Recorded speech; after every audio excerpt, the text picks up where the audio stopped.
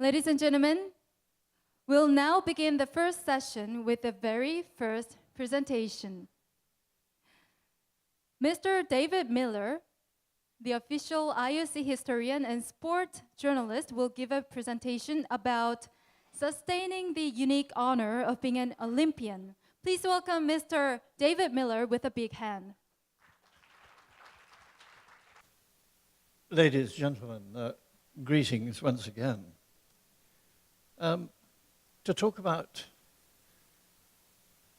peace and honor in sport, I think there are only a limited number of politicians who properly understand the power of sport and what it can do for ordinary people.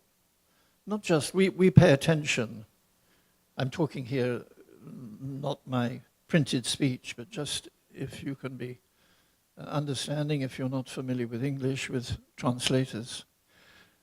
Politicians don't tend to understand what sport can do for ordinary people, not people who are superstars, but the general community. It has enormous value emotionally and so on.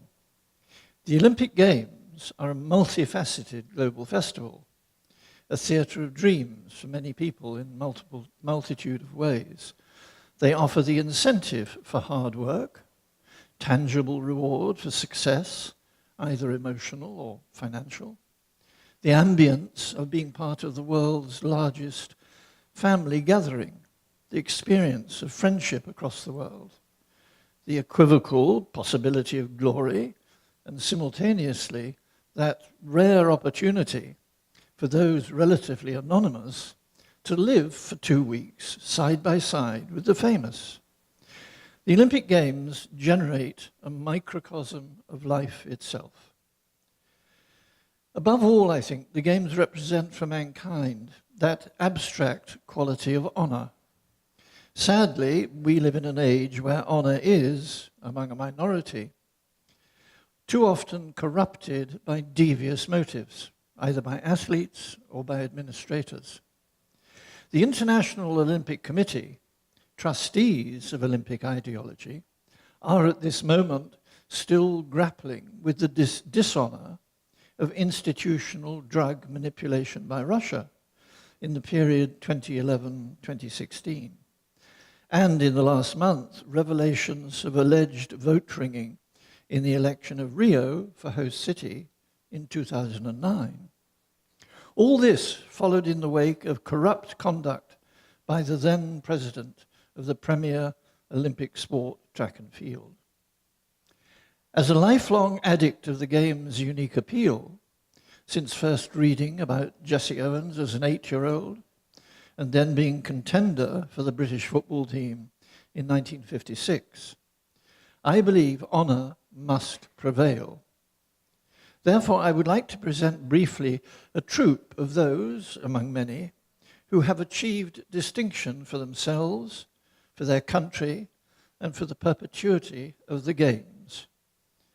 I will come in due course to the eager issue of Taekwondo, in which, of course, you all have a particular interest. An innovative contemporary virtue of the Games is achievement of gender equality. So, who have we here? Carina Vogt of Germany, first ever Olympic women's ski jump champion at Sochi 3 years ago. Patronizing males had long decreed that ski jumping might impair women's childbirth capabilities. Carina Vogt longed to challenge this obstructive theory as a teenager patiently making her way in the event. Joining Germany's police force 5 years ago, her talent was recognized and supported. Courage reinforced her ambition. You cannot afford to be scared, she emphasizes. If you contemplate fear, you will be diminished. The path to an Olympic medal has many routes, none more complex than that of Jan Hudek.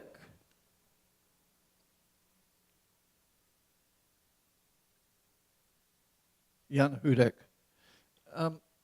Born in former Czechoslovakia during the Soviet Empire domination, his parents obtained a permitted holiday pass to Tito-ruled Yugoslavia. Having built a miniature wooden dinghy, they sailed by night across the Adriatic with their 10-month-old to Italy, and thence emigrated to Canada, for which country he now earned an Alpine Super G skiing joint bronze medal with American star Boda Miller, who's there on the right.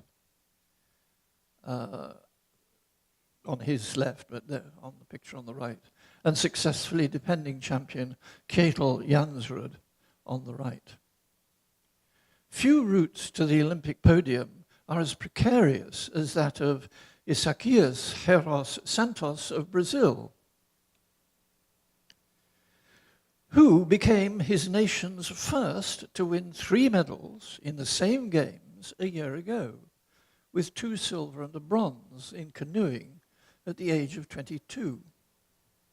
Scalded by boiling water as an infant, kidnapped aged 5 to be smuggled for adoption, but rescued by his mother, falling out of a tree onto rocks when trying to catch a snake aged 10 and losing a kidney, Santos emerged from Amazon obscurity to take silver in the 1,000 meters behind defending champion Sebastian Brendel, seen here, plus bronze in the 200 sprint, and pairs silver with Erlon Silva at 1,000 meters. Simone Manuel, seen on the left of the picture, Manuel became the first African American to win a swimming gold medal. Indeed, 2 in the 100 freestyle and the 4x100 medley, together with silver in 50 freestyle and 4x100 relay. She hopes now to campaign for the admission to the program of a women's quartet event. To do so, she plans to gain publicity. I'm so sorry, I've jumped in my notes.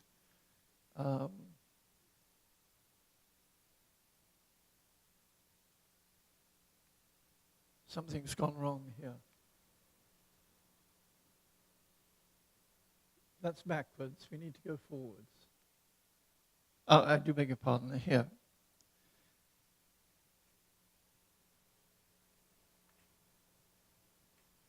Anyway, we were talking about Simone Manuel becoming the first black American swimmer to win a medal, and saying that so many people believe that black women couldn't swim.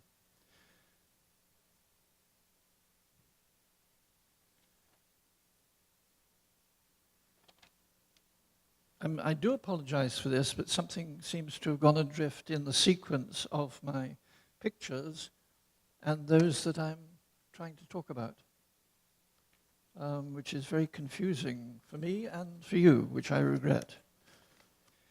Well, I may be able to come back to the women's bobsleigh, but here we have Zara Namati. Zara is truly a heroine. A taekwondo competitor paralyzed in a car accident 5 years ago, Zara willfully converted to archery from a wheelchair and, proudly carrying the flag of Iran at London's opening ceremony, made her way in the open event to the round of 32, eliminated by a Russian. Michael Phelps, who some of you may have heard of, US legend, needs no introduction. Surprised to say that at Rio, he surpassed the 2,168-year-old record, Olympic record, of Leonidas of Rhodes in 152 BC by winning his 13th individual gold medal. Coincidentally, his 23rd in 4 games, not forgetting 3 silver and 2 bronze. Leonidas had been champion of 3 events in 4 successive games. An ironic and depressing comment from Phelps regarding qualification admissions for Rio was that I don't think I have ever competed in a clean games. He himself without blemish. I hardly need to introduce Yuna Kim Yuna, one of the most stunning and gracious figures of all time. Defense in Rio of her London title was not to be. Controversially judged runner-up to Russian teenager Adelma Sotnikova, Russia's youth recording more jumps, yet having a fall. From Korea's electronic audience, there were 1.7 million protests, maybe some of them yours. Yuna remained serenely undemonstrative.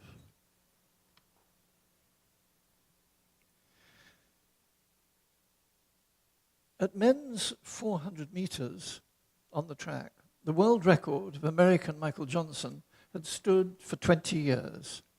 Up came Wade van Niekerk from South Africa, at birth rescued by an incubator, yet the first individual to surpass the 10-second, 20-second, and 44-second marks for the three shortest races.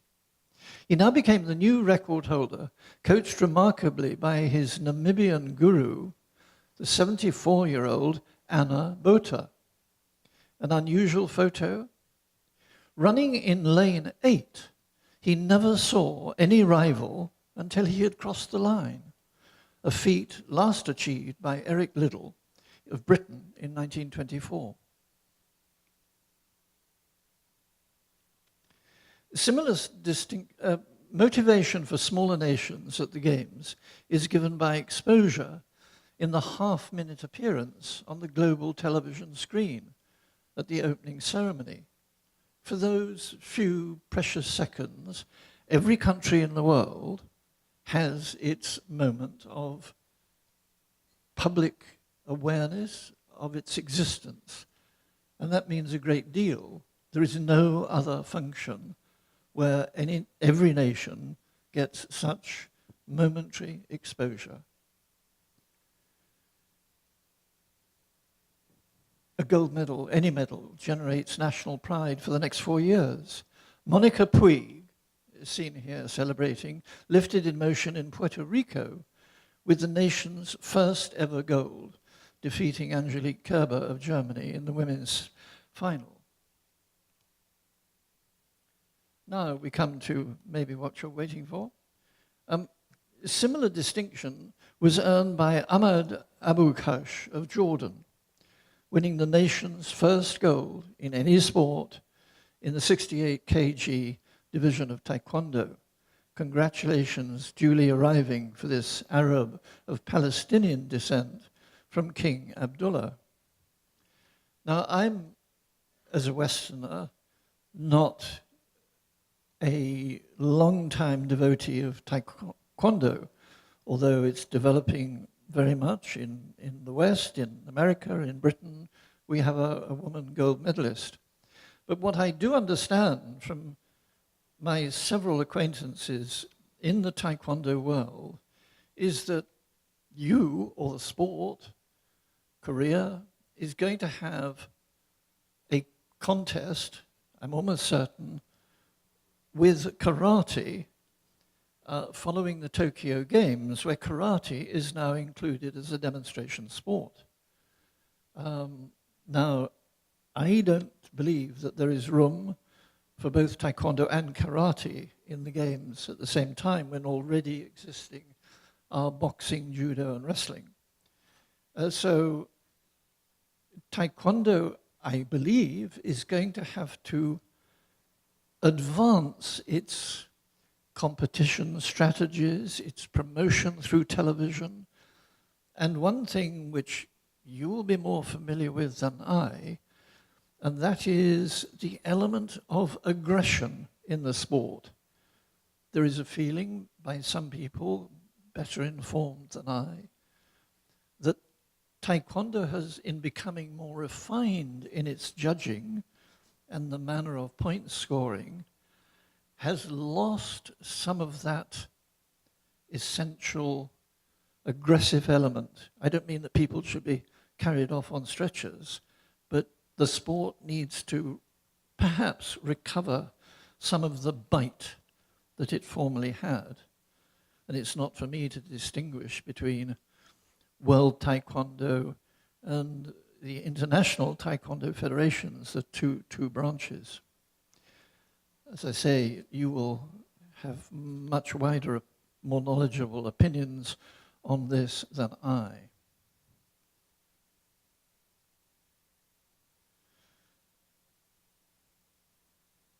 No room for pensioners?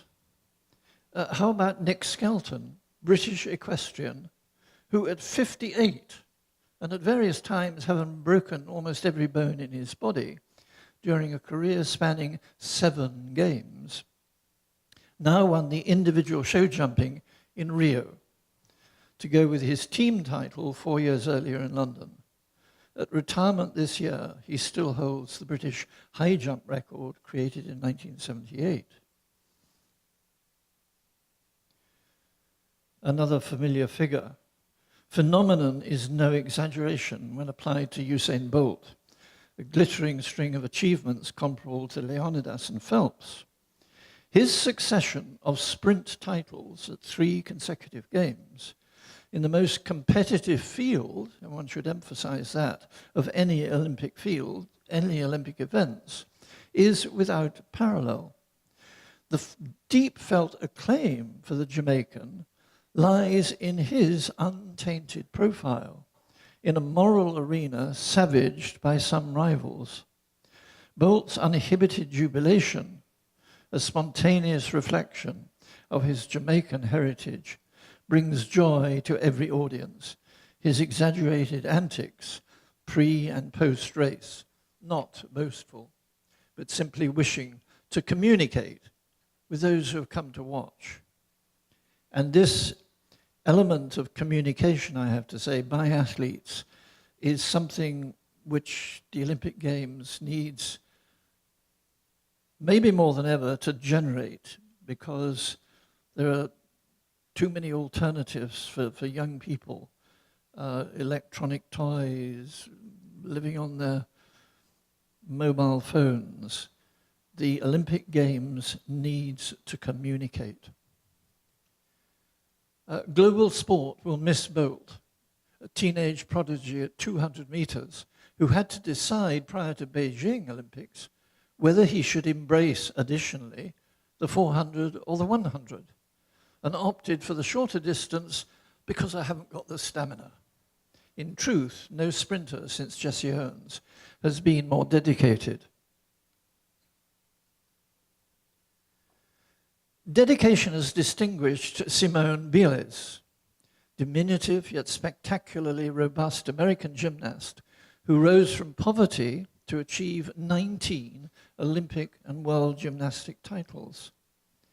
Such is the muscularity of a woman barely taller than the back of a rocking chair, that she can leap to a height of 9 feet or nearly 3 meters.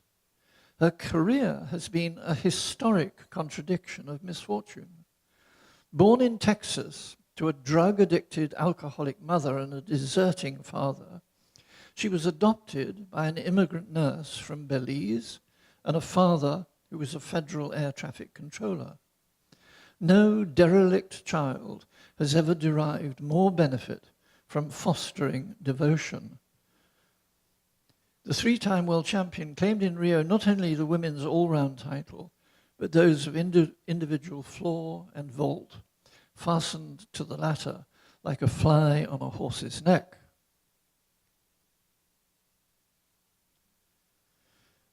The national emotion generated at Rio, however, was not surpassed by anything more than 2 team games. The power of achievement felt at a national level by every ordinary individual who can identify with football, the simplest of games.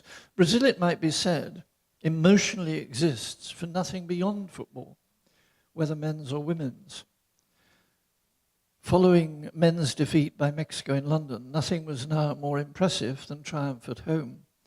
Neymar, whom we see here, drove home the winning penalty against Germany, who had earlier crushed their 2-year hopes previously in the World Cup. Now in a games dogged by controversy before, during and long after the event, Neymar's fulfilling shot liberated the emotions of an entire nation.